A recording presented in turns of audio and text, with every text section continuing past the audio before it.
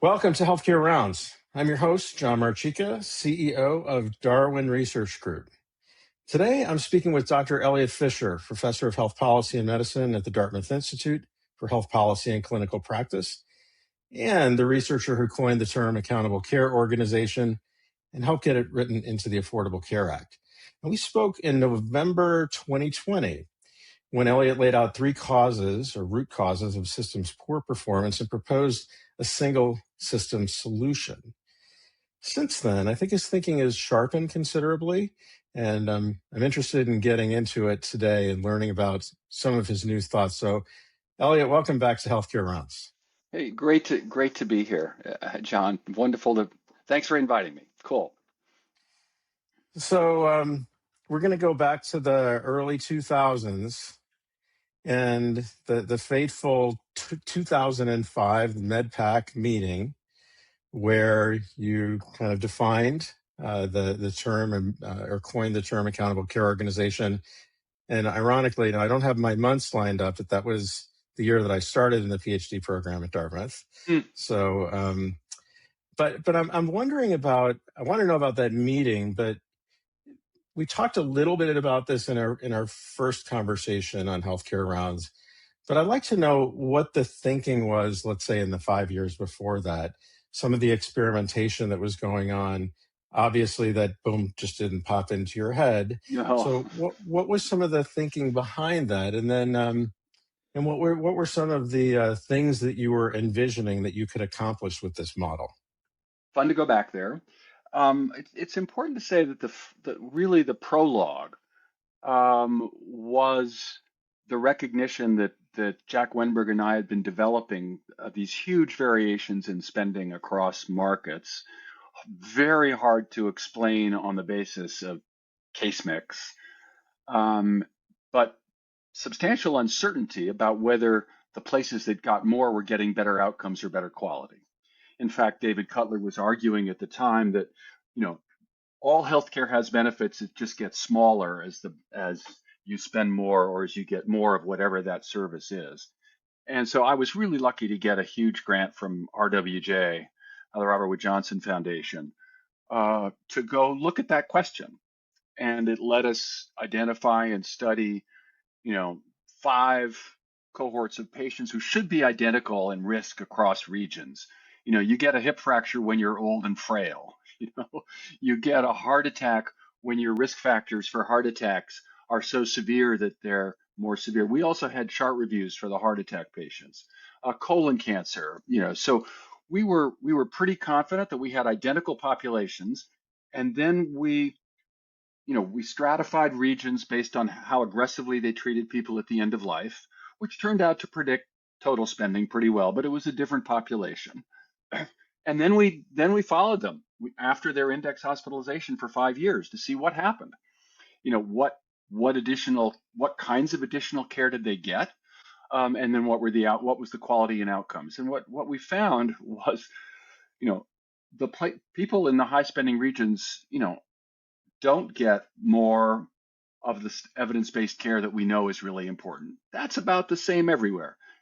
Beth McGlynn it was about 50-50, as Beth was pointing out back then. We weren't doing a great job on the guidelines, but at least it was equal across markets, right?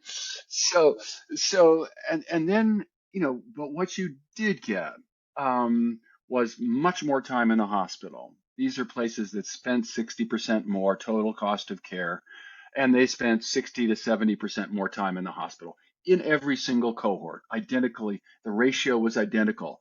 You got more care if you were a heart attack patient because you're sicker. But if we had a random sample of Medicare beneficiaries, the Medicare Current Benny survey, and they got 60% more care in the high spending regions after adjusting for case mix. So, but what they were getting was more days in the hospital, more frequent admissions, much more frequent visits to specialists. High spending regions were characterized by having 30% more hospital beds, but 65% more medical specialists.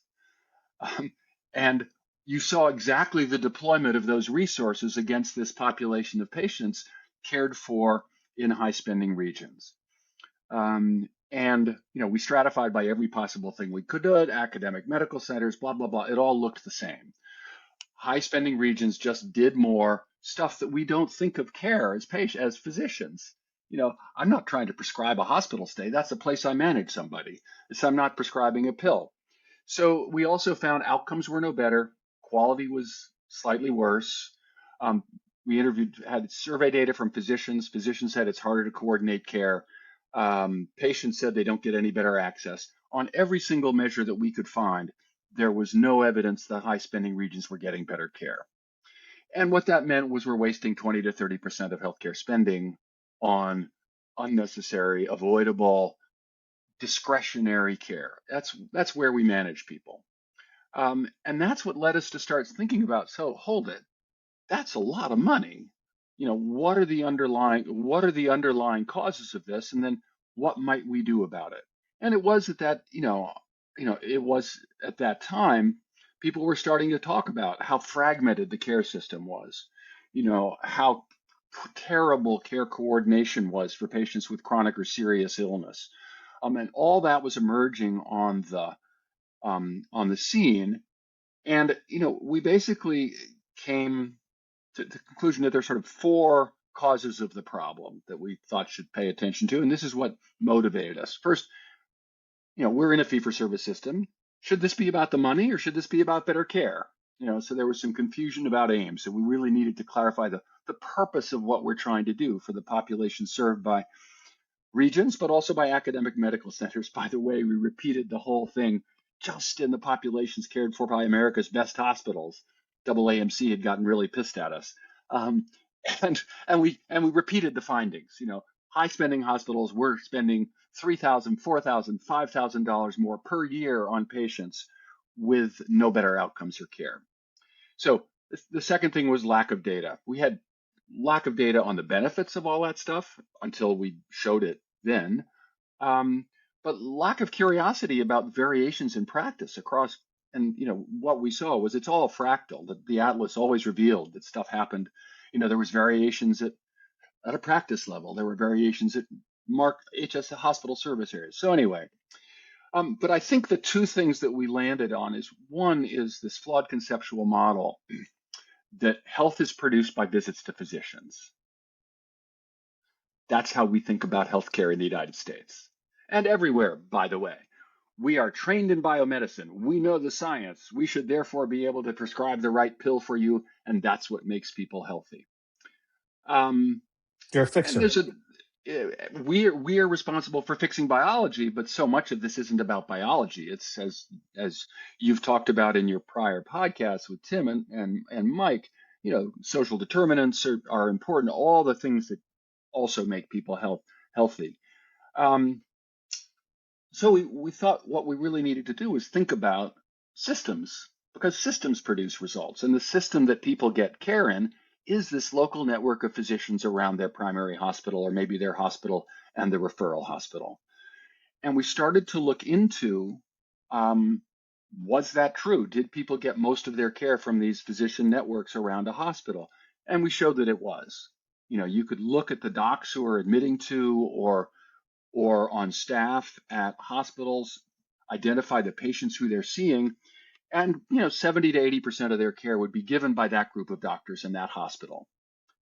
Well, suddenly you have the opportunity to say, oh, well, maybe that's a group of physicians who, if we could persuade them to work together, could become the system that coordinates care across sites over time among specialists. And that was the germ of the idea. And Julie Bynum led the work. One of my colleagues led the work on defining those networks and showing that data that I just reported to you. But then the fundamental flaw underneath the whole thing, which we're still struggling with, is flawed payment models.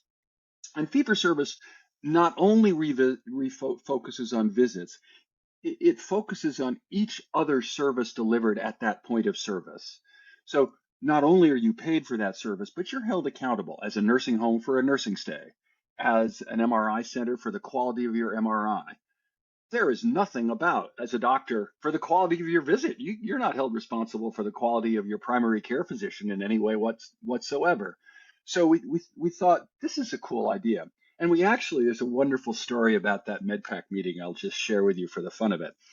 So, you know, who was an analyst at HHS Now, and then had come up with this term called the extended hospital medical staff, the people who rely on the hospital, even if they admit their patients, even if somebody else admit them. They're the group of doctors who work around a hospital. So we titled our presentation to MedPAC, the extended hospital medical staff. At the end of the conversation, at the end of my presentation, bless his soul, said, Dr. Fisher, you're obviously a smart guy, but that's a really dumb name. Why don't you call why don't you call it accountable organizations?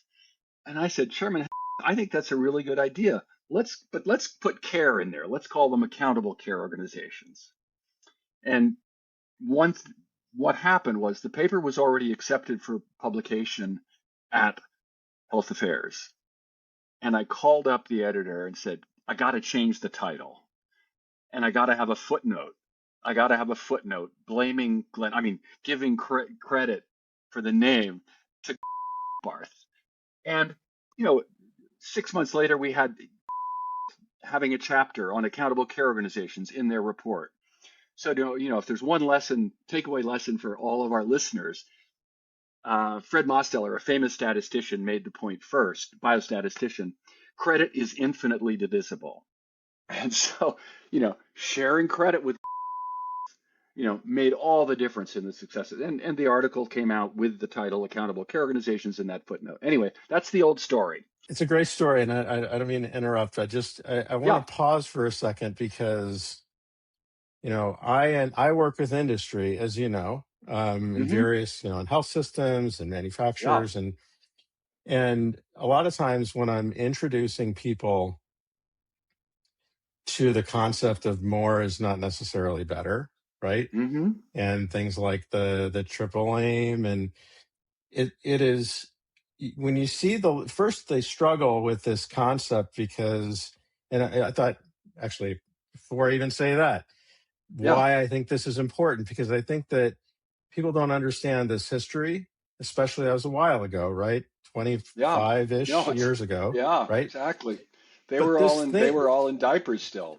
right, exactly. So, but this is underneath everything that where we are today in the IOM report, back in was it '01, and so anyway, so when I'm explaining this concept, you see that people just struggle with it because people associate price of something with value.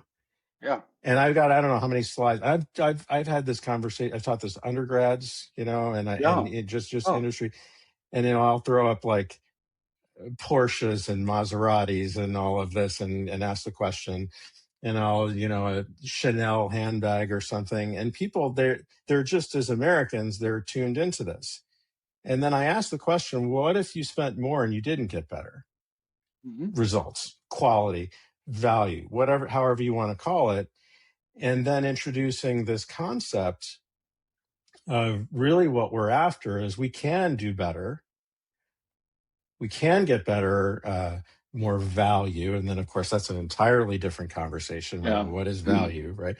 But we can do this, and we've set up the system, and you can look at the data, and I can't emphasize this enough as we go into the next part.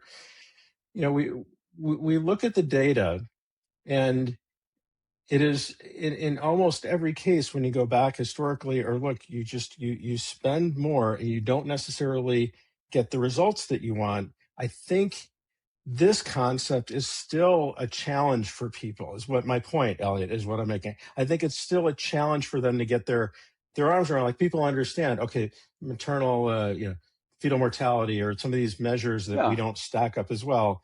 And people kind of understand that, but when you start talking about this concept, they just struggle with it, and they say, "Well, that can't be true." Yeah, no, it's tough.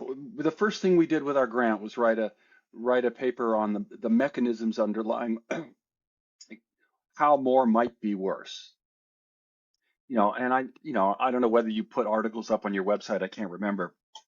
But that's one that I might post there because it really lays out the mechanisms. You know, first of all, overdiagnosis is a serious problem right now, where we give people labels when all they've had is a lab test. We don't know that anything's wrong with them. Um, you know, it's something around 20% of breast cancer that's detected, early stage in a biopsy would go away on its own, but now you become a breast cancer patient. Um, and the same, most notable for prostate cancer, most men die with prostate cancer, not of prostate cancer. So there, and then you can, when we interviewed physicians in high spending regions, where there are, many, many more of them, and the practice is much more to refer to different other specialists without even sending people back to their primary care physician.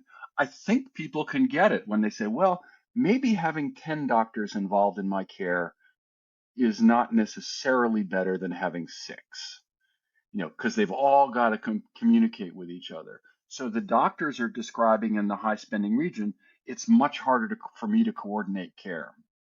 I don't have the continuity of care with my patients that I need to be able to take good care of them. Um, and so I think it is important to keep in mind. The second thing that I would just say on this is I think there's a recent review. We don't have great data justifying many of the treatments that we provide. There is not the requirements for proof of efficacy on technology isn't required. You are required to show that it's similar to some prior technology that's already out there. So who cares? AI, oh, a new version of AI, oh, it's already out there, so we can do whatever this is. I think it's the great failure. And when you look at whether it's variations in outcomes following major heart surgery or joint replacements, low volume joint replacements, a close friend of mine who was going to go get his prostate surgery operated on by a guy who does 15 a year rather than going to, Anderson to get, the best possible surgery for that condition. So I think it's really important for your listeners that they keep this possibility in mind. And then we'll come back to the affordability problem, which comes along when you do a lot of unnecessary, wasteful services. Right. Well, I'm also curious as to the immediate feedback that you had regionally. You talked a little bit about this. Was it why you wanted to look at AMCs, but that Boston corridor, right? Which is, all these prestigious hospitals and institutions. You could make the same argument in parts of California and Texas, but I'm just thinking geographic proximity, where you were, if you had a response from the Boston community, like, hey, we see all these difficult patients. We're the creme de la creme. And of course we're going to spend more. Of course, that's their argument, right? But you can, when you restrict the sample of people at Mass General to people who live in Boston, so they're the incident heart attacks. And we compared in my first New England Journal article, Boston versus New Haven, and the hospitals within each of those. There were only two in New Haven, but the utilization rates of the hospital as a site of care varied by 2.2 fold across those hospitals after the same kinds of conditions that I just presented to you. And there was no evidence that it was illness that was driving those things. In fact, the people who had the lowest rate were the people at Boston Medical Center, which was the safety net hospital, where, of course, there's a larger reference population in the model of the extended hospital medical staff, or an ACO. It's a larger population cared for by a smaller institution, fewer beds. So they spend less time in the hospital. They figure out how to manage them outside the hospital. Right. Well, this concept, I'll tell you, just going back, and it's 20-ish years, this concept and what you talked about, we'll say, overdiagnosis with Gil Welch, Yeah. that fall term and the winter were mind-blowing to me as in terms of concepts. Like, I never even thought about it. In fact, my dad had prostate Yeah. cancer, and I Uh-huh. started thinking about, well, did maybe he Yeah. didn't need that operation, right? Yep. And so, all right. Well, the last time that you were on, we talked about. I think I asked you something like, "Well, how are we doing with ACOs?" And and I think I think we're gonna get to it, but I think you said something like that you had predicted a 0.5% or 1% or something like that, Yeah, or some range that you'd be able to save with this accountable care yeah, model. And in fact, you mentioned Tim when we were talking. He brought this up and he said, "Well, yeah, if we do 1 or 2%, why don't we consider that pretty darn good because of how much money that we're spending?" So, in any event, I think yeah. it's glass half full, glass half empty to some degree. Uh, But where do you see today, after we've gone through all of these iterations of ACO models hmm and specialty models and commercial models that try to model themselves after the Medicare programs? If you had to assign it a grade today, Professor, where would you? How would you? Ah, here's a two-part question. How would you grade it? So, what are your criteria? What's your rubric? And then, what letter grade would you give it?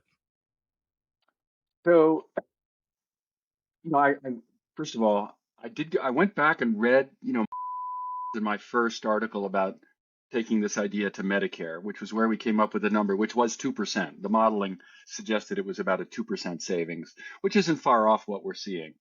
Um, but I am on one level.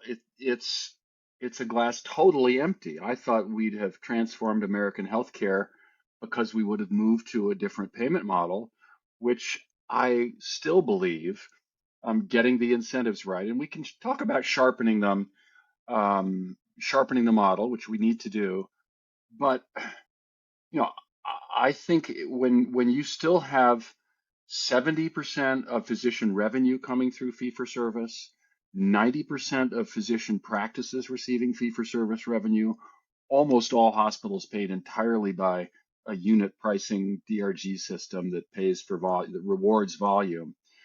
We should not be surprised, but it's very disappointing. I'd give it I would grade myself on, has it deflected healthcare spending? Myself, I won't. There are other contributing factors besides my failure to get the model perfectly right the first time.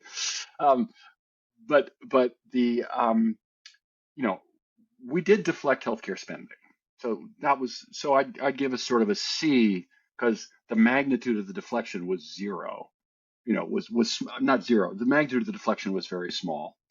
Um, I think, I tend to prefer to look forward than backwards, and try to say, why didn't it work?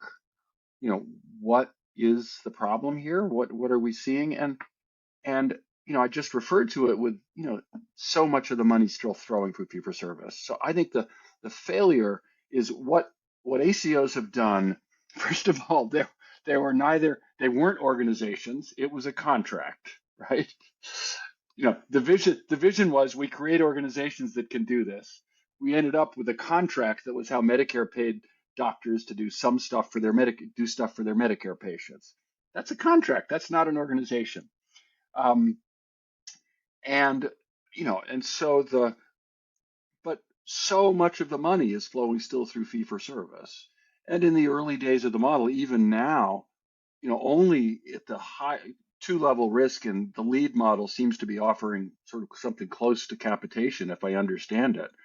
Um, you have to wait 2 years for your reimbursement to settle up. There's not much incentive. It's just Tim was generous to say, yes, if you're bearing risk, you will change your behavior. And I agree with that. But I think the failure is in our inability to persuade all payers to adopt this model.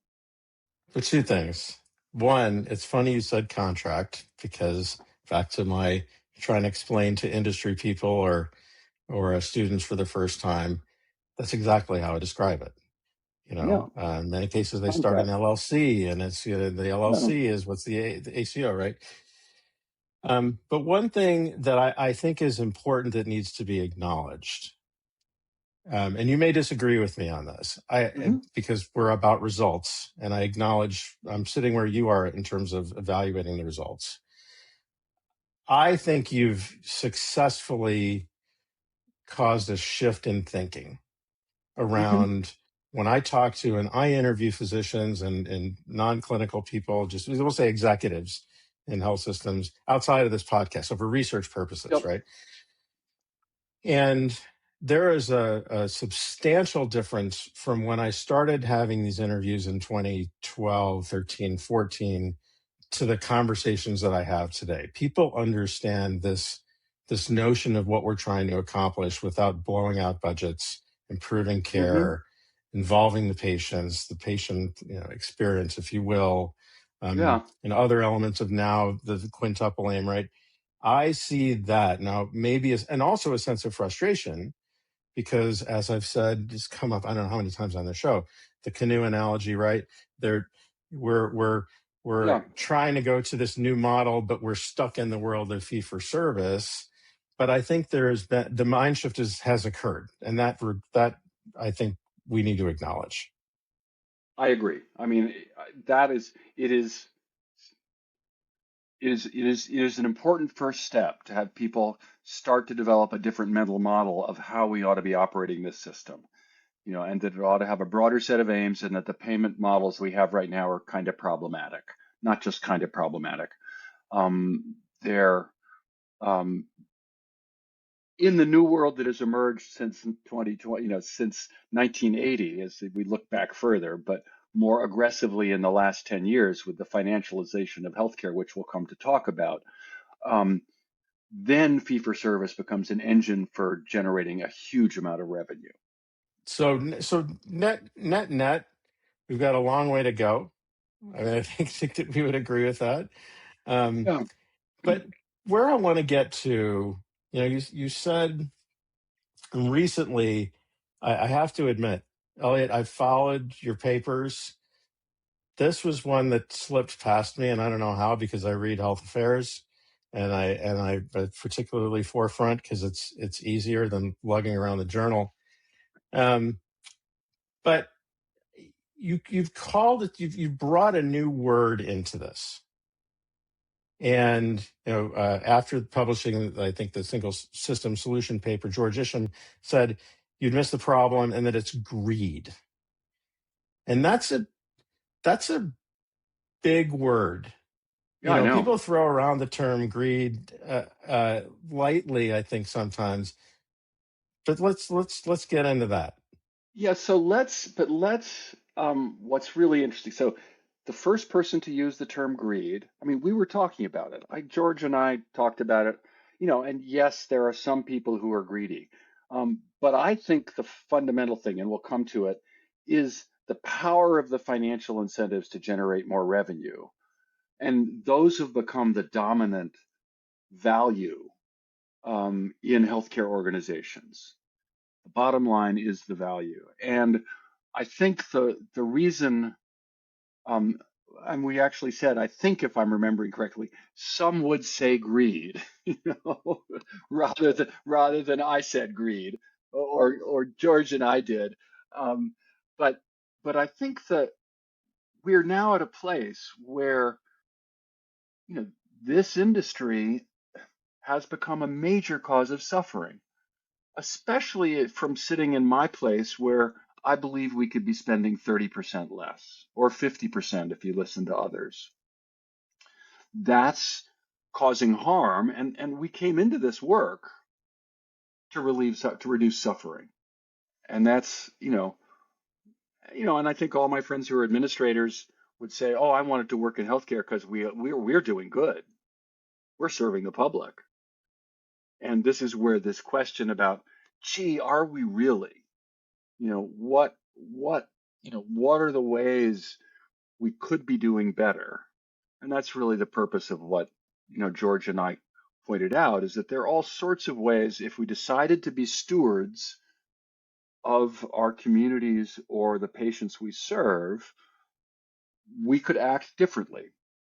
Some of those are the big policy changes that you've been talking about with many of the people you interview, but some of them are the simple things we can do within our organizations. And the table in that paper, offers medical students a way to go learn about quality improvement. There are ways you can you can bend the curve to try to reduce suffering, among the people we do serve. But when we talk about, things like, well, let's use a specific example, um, Medicare Advantage. The way I think about Medicare is at least where they're going. And you mentioned who I also would like to have on the program to get his thoughts. Um, 2014 sort of predicted that we'd all kind of be in, eventually we're going to go towards capitation. But I think the way that he put it was something along the lines of, we're either going to be in this Medicare Advantage model or an ACO. He kind of like threw that out there. And that's the way that it looks like it's shaken out. Although from my vantage point, it looks like Medicare Advantage is really taking over as being this quote unquote popular. I mean, health systems are getting into, they make partnerships to get into MA. They see it. Revenue, right? They can make so much money in when they get a cut of the profits from the MA plan. Can can had a piece about the MA games that people can play with the ways that some of those have been cleaned up. But I think for me, generally, I don't think health plans save money. They have contracts with providers, and maybe they've got some incentives for the providers to behave themselves. But I was on the board of the Institute for Healthcare Improvement for 10 years. You know, I've you know I've studied it a little bit. I am totally convinced that you can use improvement science to do so much better, but that happens in the delivery system. Meaning within the U.S. healthcare system, or No, meaning no, Intermountain, Geisinger? meaning within an organization that takes responsibility for patients, either responsibility for an enrolled population, a primary care population or an attributed population in the language of ACOs. And if you have a total cost of care model for that, and the data on this is clear, you suddenly can do all sorts of different things if you're freed up from the fee for service, you know, hamster wheel. You know, you can hire people like community health workers. You can you can have your MAs, medical assistants do all sorts of stuff that you couldn't afford to do because you have to do it to document that you did it as the physician or the nurse practitioner. And so getting out of the complex billing system that requires everything to be documented for billing purposes, services to be done by doctors. And Rashika was the first one to show this with his IORA practices, Rashika Fernandopulle, who you should talk to if you haven't talked to him. Haven't, Um, but I'm aware. he's yeah, they got paid twice as much to do primary care, but they hired a totally different staff. There were several primary care physicians, but they had nurses, mental health practitioners, health coaches, community health workers who'd go out and talk to people, and they were able, he says, reduce costs by 20 to 30, 20% or so within the first 2 years just by keeping people healthy. Because when you have a community health worker who's from their community, speaks their language, helps them understand how to take their antihypertensives, you get their blood pressure under control. But that's not paid for under fee for service. And so moving to, and the shift to team-based care, and I'm forgetting who wrote the article again in Health Affairs, it's something like you have to be at least 70% or 68% capitation or, global payment in order to be able to make that shift to team-based care.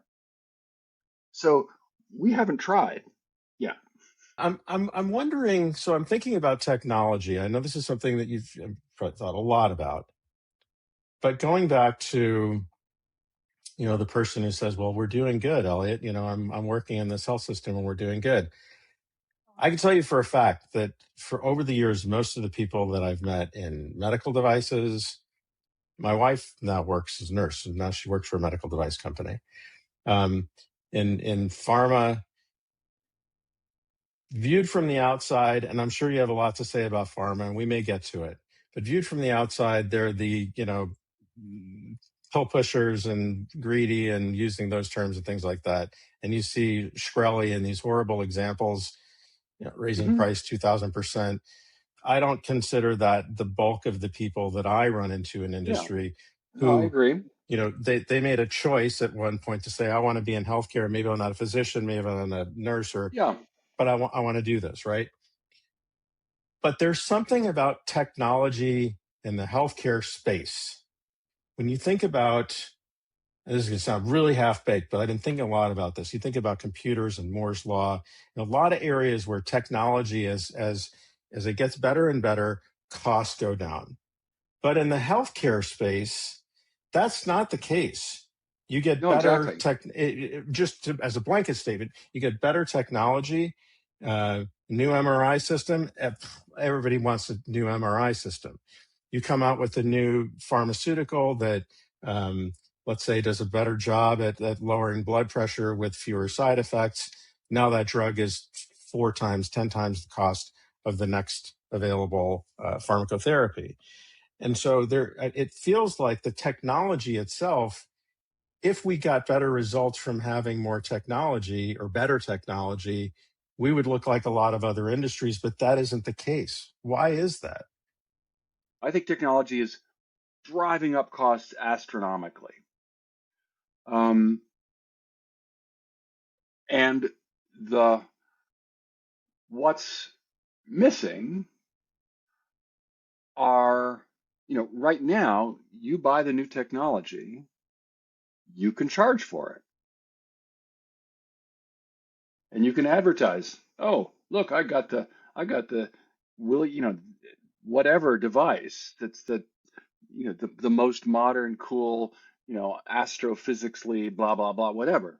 And so there is no constraint on the provider side, because the new technologies you can adjust your charge master and increase your billing for it, and build the capital costs into the organization. And so I think there's not people don't have to choose. If the technology is extending life, is improving end of life, or quality of life. Let's say in the example that I use, that's the trade off. I think that people would say, well, because we're dealing with healthcare, we're dealing with life and death and all of these things, which computers were not. But we're not evaluating technology so that we have head-to-head comparisons with the current therapies. They're compared to placebo. Sometimes there'll be trials done against the best current drug. But there is no way we are doing the technology assessment of all of these things again, and with some assessment of the cost of it. So, and I think and you may remember our single system conversation where what patients really need, and doctors when they're making referrals, is what is the best place to get this thing done. I need a knee replacement. And that's actually a technically much more difficult procedure than the hip replacement. And and then when you need to get a revision, oh my, goodness gracious, don't go to anybody. But for the most common procedures that we undergo, we ought to be able to comparison shop. And that would, with an episode price. And now suddenly the places that saying for the episode, got to put their episode price together, they're going to want to know they need to know. Well, maybe we don't need that really expensive MRI for the follow-up MRI, you know, uh, because we're responsible for the cost of this episode. And I think the same thing happens when you put an organization under a total cost of care constraint, with a risk-based contract. They're going to say, what of this stuff do we really need? What of this stuff offers real benefits? And, you know, those will be, you know, those will be, um, we should be getting that data so that you can have quality and price and multiple dimensions of quality. But you want to know complication rates. You want to know how are they doing? And how many are they doing if you may not have enough numbers to know whether they've got complication rates? Since we've got every small hospital in the country doing lots of orthopedic procedures because that's how they pay. That's how they pay to stay. That's how they stay open. Well, let's use another example, Sure. a popular one, GLP-1s. I'm looking at a list of the top 50 drugs. And when you combine the molecular, the compound, shall we say, Yeah. the Lilly piece and then the Novo Nordisk piece, semaglutide and tirzepatide. When you combine those are actually the top two selling drugs in the world. And combined, it's over $70 billion in revenue in Yeah. 2025, right?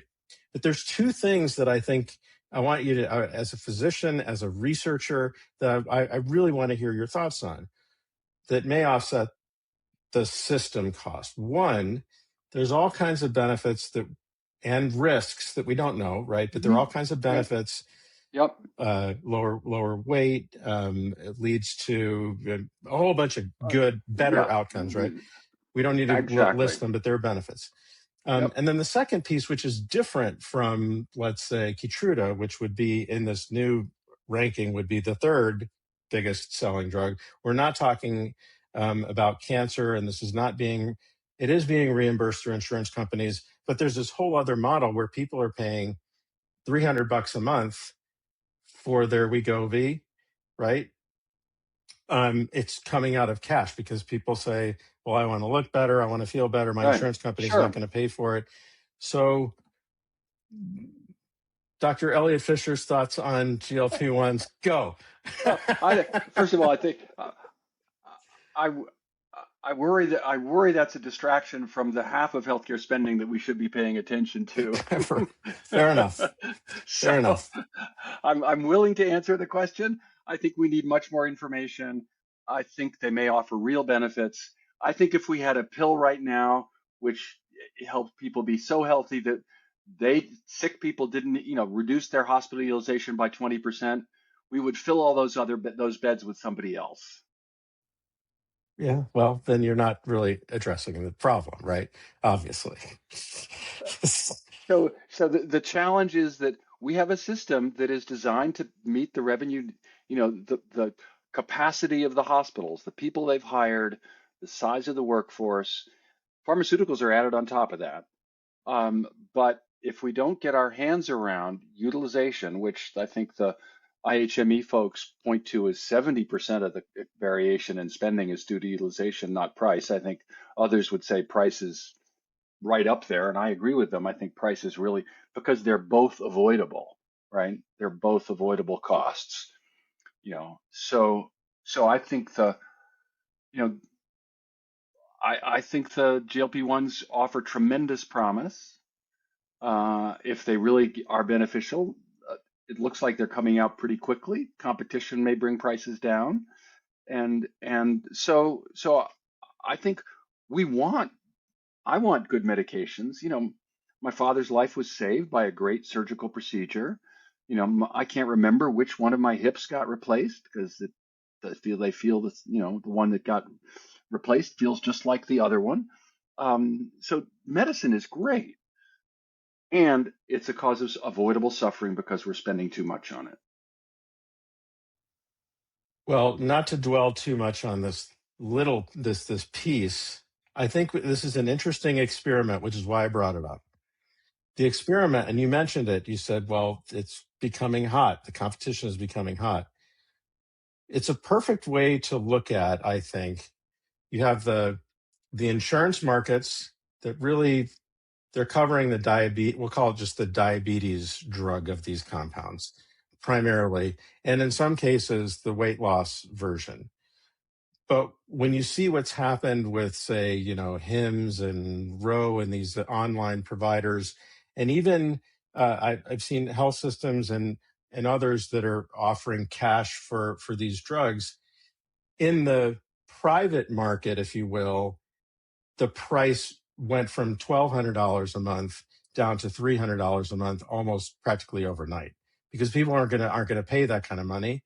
And as more products get introduced, I guess all I'm saying is in the private market, you expect to see the benefits of better technology, prices coming down, and competition forcing these prices down.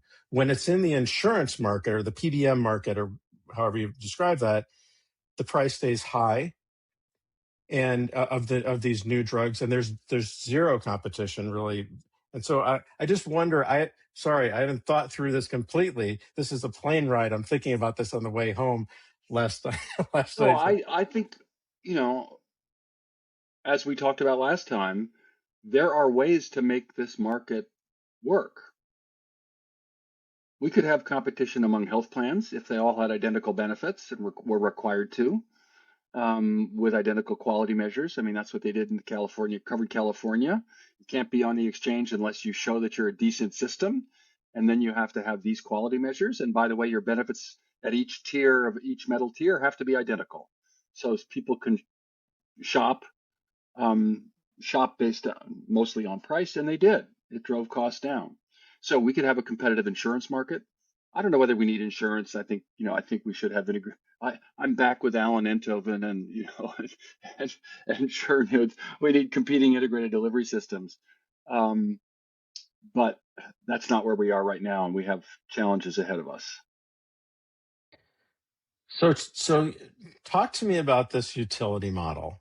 By the way, love the USA Today, love the piece. First of all, I think you're a great writer, and I don't think your stuff, even with co-writers, they're not hard to understand. But this is pitched at a level that I think people could really understand what you're getting at with this utility model. So let's talk about that. Lay it Yeah, out. sure. Well, I think it helps me in articulating it to step back and point to the underlying causes of our current difficulties. You know, um, Financialization has become a feature of the American economy, where everything, to the extent it is possible, can be turned into a financial instrument. So whether whether it's our subscriptions to the apps on our iPhone, or everyone wants a revenue stream from whatever we're doing.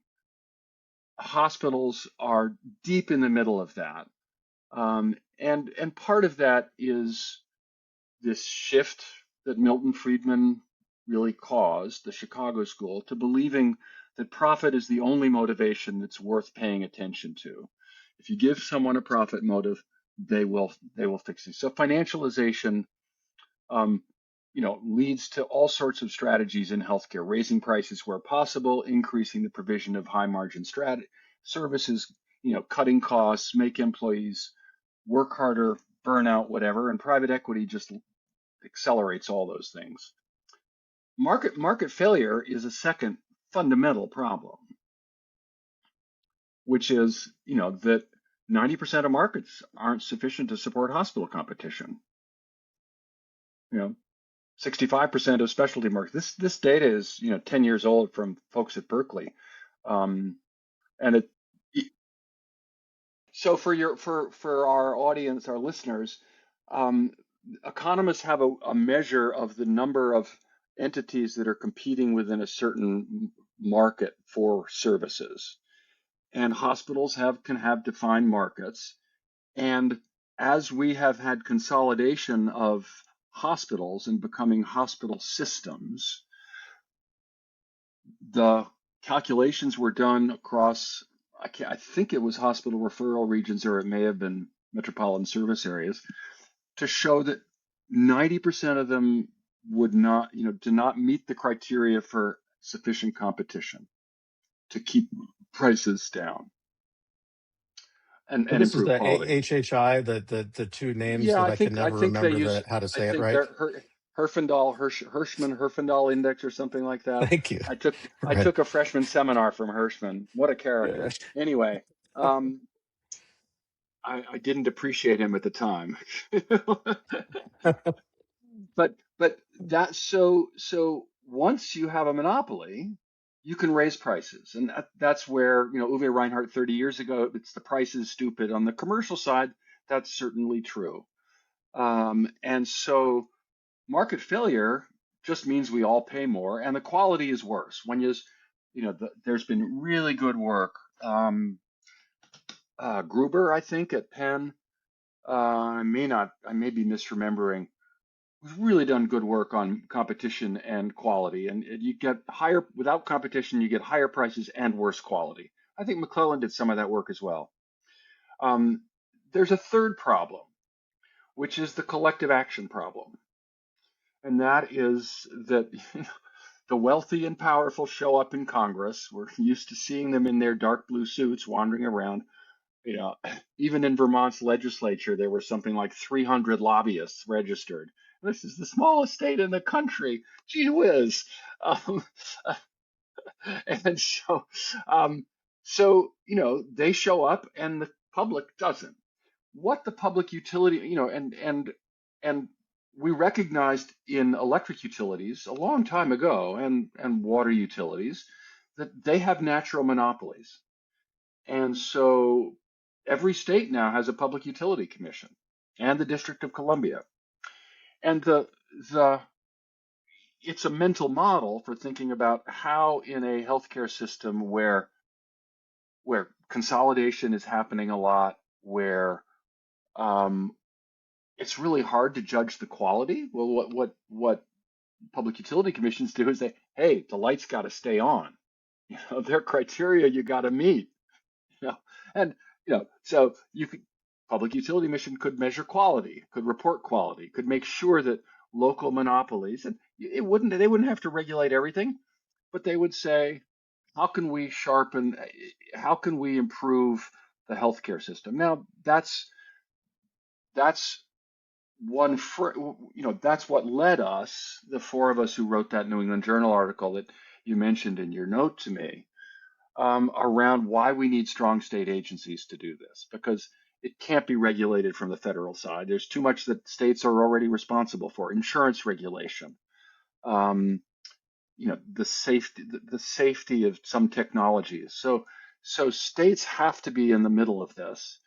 And I think, I'm, you know, I think with sufficient authority to regulate prices and premiums and to set budgets for hospitals so that they're capped at a certain level. And Maryland has global budgets. Vermont is going in that direction um, to regulate payment models, to make sure that to try to nudge or push or require everyone to be in a certain payment model, or to work with the legislature to enact the enabling legislation that would make that possible. We argued that it's a four-pronged or the several-pronged system. It's essentially a public utility model, but we didn't say it in that article. Um, but I think we have to figure out how to solve the collective action problem.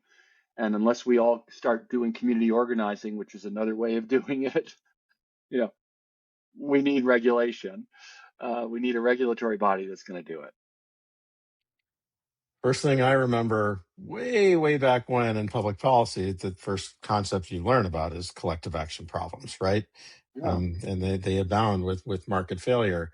Well, how does that align? And we did talk a little bit about this time, last time, but we can bring it to the forefront. How does that align with the results that we've seen in Maryland or with the experience with the all Well, payer model in Vermont? Like, what is I know it's not exactly what you're yeah. saying, Elliot, but No, what I have we think seen it's at that state level? well. I think the Maryland has made as much progress as many people on trying to hold in hospital cost growth. Um, they were pretty generous to the hospitals, in terms of they get to keep all the savings or 90% of the savings. That's more generous than I would be. Maybe I'll come back at some point and talk about where things are going in Vermont. But I think we're actually successful. Our Green Mountain Care Board is successfully pushing back on the hospital, which I haven't seen the budget, but they're supposed to be submitting it. But I think it's going to be a decreased amount of revenue going to our largest teaching hospital, by a substantial decrease, with further decreases over the next few years imposed by the Green Mountain Care Board because of what was believed to be inefficiency from reviewing budgets and looking at the data. So I think the Vermont all-payer model, we had a deeply flawed ACO run by, the hospitals. You know, we know from the CBO and everywhere else that a hospital-run ACOs don't do much, and they weren't very effective at getting the stuff launched. And then only a fraction of the payers joined the. It was a voluntary model, and only one of the payers was in, and then they pulled out, so it fell apart. I still think we need mandatory fixes to the financial incentives. You're the third person to come on recently and say mandatory is essential for any of these Yeah, things, any of yeah. these things to work. Well, where do you see Vermont headed? Just looking to the future, where do you see where's the light coming from? Well, I think there is. We do have a crisis, and your listeners won't know that we suddenly, over the course of 6 years, became went from being average, just like Maine, New Hampshire, and the rest of the country, to being the most expensive state in the country, with premiums on our exchange plans going up by twofold over that short time period. We're more expensive than Alaska. we're, there's some supply chain and transportation costs that get built up there in Alaska, you know, uh, right. So this is largely attributed to UVM Health System and their monopoly position, consistently increasing prices, expanding their academic medical center and footprint to become a bigger system, associating with some New York hospitals to bulk up. And it came back to bite them. When the Green Mountain Care Board pushed back, they decided they would respond not by becoming more efficient, but by closing the inpatient mental health unit in our most needy small city, our lowest. Well, that led to a change of leadership, and we now have a wonderful leader there who's digging into the problem of how to reduce costs in Vermont as a whole. I think Vermont is positioned to really come together and work. The RHTP is one piece about one opportunity. We have pretty strong primary care infrastructure, at least, a thing called the Blueprint, which is a way of providing team-based care to support tiny practices. So it's centralized within a community, and small practices can draw on a central pool of resources. So I think Vermont, I'll know more in another year when we get through the next legislative session, but there's very strong interest in primary care reform and strengthening primary care. Our hospitals are undergoing very serious work to try to figure out how they can coordinate and centralize some services and coordinate so not every hospital is doing everything, even when they're only 20 miles apart, and it's a half-hour drive to get to the gastroenterologist that might be in one place and the neurologist who might be in another. So I think and there is a real spirit that change needs to happen. We have a new leader at the hospital, a new leader at Blue Cross Blue Shield, and it'd be fun to come back and talk about primary care reform in Vermont sometime in the future.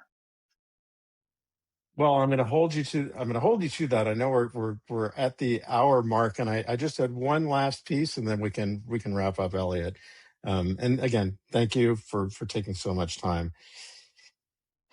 We're not going to solve this now.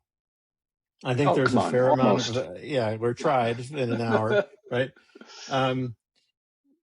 But it seems to me that given all the forces and given the market failure and given all the things that you put in your papers and um, has put in his papers and Michael Cherno's put in it, right?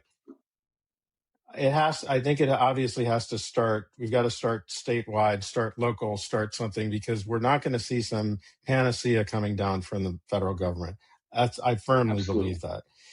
Absolutely. So given that, are there things at the margins? Or here, let me ask you an even better question. And we don't have time to get into it. Everybody wants to talk about Yeah. AI.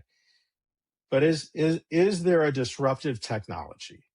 Is there a disruptive technology, a disruptive policy, if you will, at the state level that can really start to move the needle? I just feel like, we spend so much time conceptualizing the problem and how to fix it, but there's all these market forces, political forces, Yep. right?